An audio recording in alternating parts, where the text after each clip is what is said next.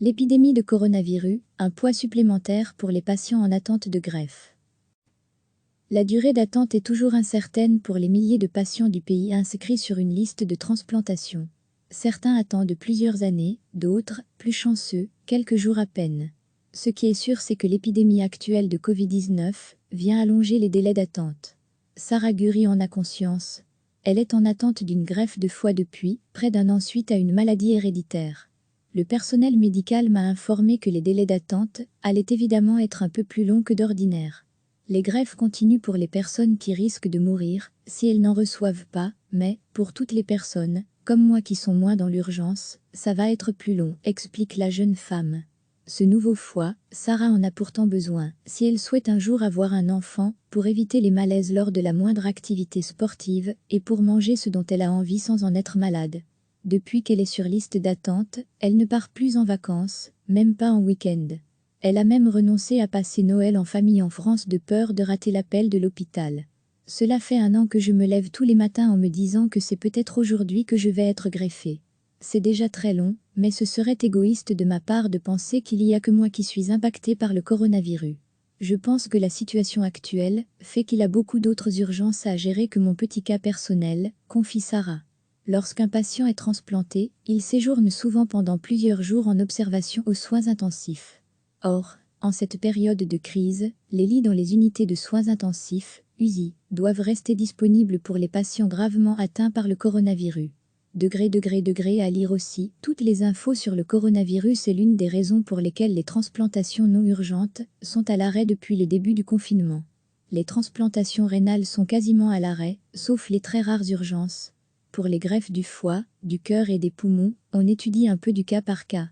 Clairement, il y a des patients à qui l'on a dit « Vous pouvez éteindre votre téléphone, on ne vous transplantera pas avant le mois de juillet », explique le professeur Olivier Detry, chirurgien transplanteur au CHU de Liège. L'épidémie du coronavirus a complètement transformé les soins intensifs, explique le professeur Detry. Les lits sont occupés par des patients malades d'un point de vue pulmonaire, qui ne peuvent pas être donneurs d'organes. Donc globalement, le nombre de donneurs a sensiblement diminué ces dernières semaines. On a beaucoup moins de possibilités de prélever des organes et de transplanter. Dominique Van Deens est coordinateur de transplantation aux cliniques universitaires Saint-Luc. Lui aussi constate cette diminution. Si on fait une comparaison entre les 3 premiers mois de 2020 et les 3 premiers mois de l'année dernière, on constate une diminution du nombre de donneurs et du nombre de transplantations réalisées de 22 à 23% par rapport aux années précédentes. Le nombre de patients inscrits sur liste d'attente ne diminue pas pour autant.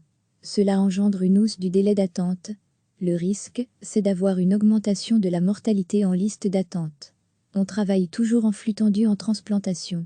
On perd chaque année des patients sur liste, 1 sur 5 en ce qui concerne la greffe de foie. Ce chiffre risque encore d'augmenter, c'est ce que l'on craint en raison de l'épidémie actuelle, s'inquiète le professeur Detry du CHU de Liège. Difficile de chiffrer à ce stade les conséquences de cette épidémie, alors qu'elle est toujours en cours, mais le professeur Martin Karl Wissing, président de la Société belge de transplantation, nous livre ses estimations fondées sur les chiffres fournis par Eurotransplant. En mars 2019, il y a eu 48 greffes rénales en Belgique. En mars 2020, il y en a eu 13. Ce qui correspond pour ce mois de mars à une réduction d'environ 70% des transplantations. Pour les autres organes, les réductions varient entre 30% pour les greffes de foie, 50% pour le cœur et le poumon. Bien entendu, les transplantations urgentes sont encore d'actualité. Si on a foie demain, on aura un patient à transplanter, mais ça dépend vraiment de l'offre fournie par les soins intensifs, rappelle le professeur Detry. Les médecins paient plus que jamais les bénéfices de la greffe, par rapport aux risques encourus dans le contexte de l'épidémie de Covid-19. Je suis un transplanteur passionné depuis plus de 30 ans. Cela me fait de la peine de ne pas pouvoir transplanter en ce moment, mais notre priorité est de ne pas soumettre les patients à un risque excessif. Ils sont très fragiles et susceptibles de développer des infections sévères, explique le professeur Wissing de l'UBruxelles. Lorsqu'il ne s'agit pas d'une extrême urgence, personnellement, je pense qu'il faut attendre et faire ces greffes dans des situations qui sont acceptables au niveau du risque infectieux, ajoute-t-il. En effet, les patients transplantés sont soumis à un traitement immunosuppresseur pour permettre à leur corps de ne pas rejeter le greffon. Frédéric Delsaut en sait quelque chose, il a bénéficié d'une greffe de rein il y a 18 mois. C'est le côté un peu moins gai de la greffe, On est obligé de prendre des médicaments immunosuppresseurs. Ces médicaments font que l'on est beaucoup plus sensible à tous les virus et bactéries. Les patients transplantés nécessitent une prise en charge toute particulière. Le professeur Wissing rappelle que ces patients doivent être extrêmement attentifs aux signes évocateurs d'une infection par ce coronavirus et rapidement contacter le médecin et leur centre de transplantation afin de pouvoir réaliser des tests rapidement et éventuellement adapter leur traitement. L'un de ces patients, Frédéric Delsaute, 53 ans, a contracté le coronavirus. Je crois que, pour toutes les personnes comme moi, c'est un véritable devoir d'être très prudent du fait d'avoir été greffé, on ne le répétera pas assez. Aujourd'hui, Frédéric se remet de son hospitalisation. Les médecins ont constaté que j'étais à un stade avancé de la maladie. Le mardi a été la pire journée, j'ai même craint pour ma vie, et le mercredi matin la fièvre était tombée. Quand l'amélioration s'est fait sentir, j'ai réalisé que j'étais passé par le chat de l'aiguille, et que j'étais très chanceux. Je suis une personne à risque. J'y ai échappé une fois, je n'ai pas envie de repasser par là. Je reste le plus possible confiné. La vie vous sourit, je lui souris aussi, conclut-il avec émotion. Recevez chaque matin l'essentiel de l'actualité. La durée d'attente est toujours incertaine pour les milliers de patients du pays inscrits sur une liste de transplantation. Certains attendent plusieurs années, d'autres, plus chanceux, quelques jours à peine. Ce qui est sûr, c'est que l'épidémie actuelle de Covid-19 vient allonger les délais d'attente. Sarah Guri en a conscience. Elle est en attente d'une greffe de foie depuis près d'un an suite à une maladie héréditaire. Le personnel médical m'a informé que les délais d'attente allaient évidemment être un peu plus longs que d'ordinaire. Les greffes continuent pour les personnes qui risquent de mourir si elles n'en reçoivent pas, mais, pour toutes les personnes, comme moi qui sont moins dans l'urgence, ça va être plus long, explique la jeune femme.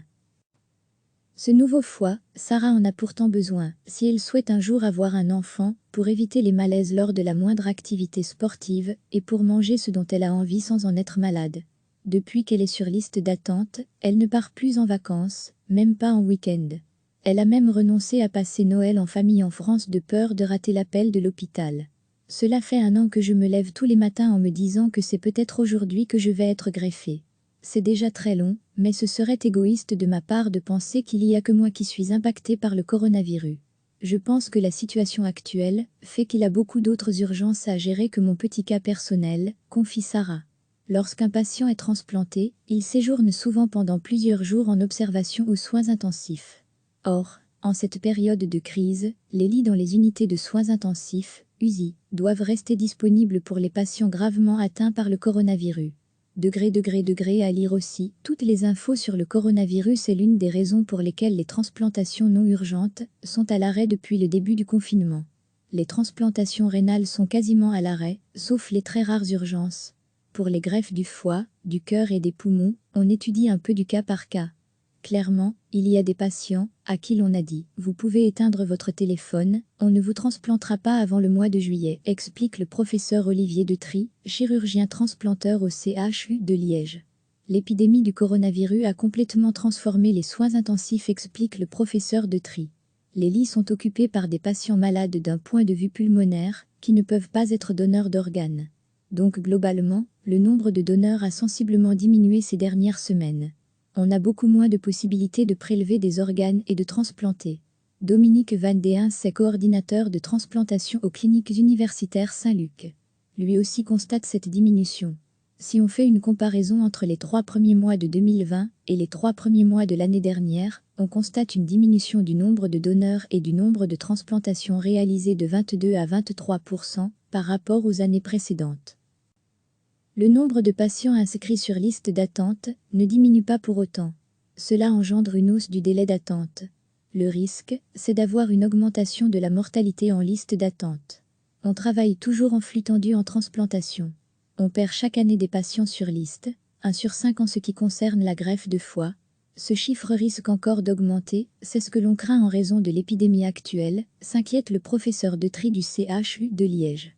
Difficile de chiffrer à ce stade les conséquences de cette épidémie alors qu'elle est toujours en cours, mais le professeur Martin Karl Wissing, président de la Société belge de transplantation, nous livre ses estimations fondées sur les chiffres fournis par Eurotransplant. En mars 2019, il y a eu 48 greffes rénales en Belgique. En mars 2020, il y en a eu 13. ce qui correspond pour ce mois de mars à une réduction d'environ 70% des transplantations. Pour les autres organes, les réductions varient entre 30% pour les greffes de foie, 50% pour le cœur et le poumon. Bien entendu, les transplantations urgentes sont encore d'actualité. Si on a foi demain, on aura un patient à transplanter, mais ça dépend vraiment de l'offre fournie par les soins intensifs, rappelle le professeur Detry.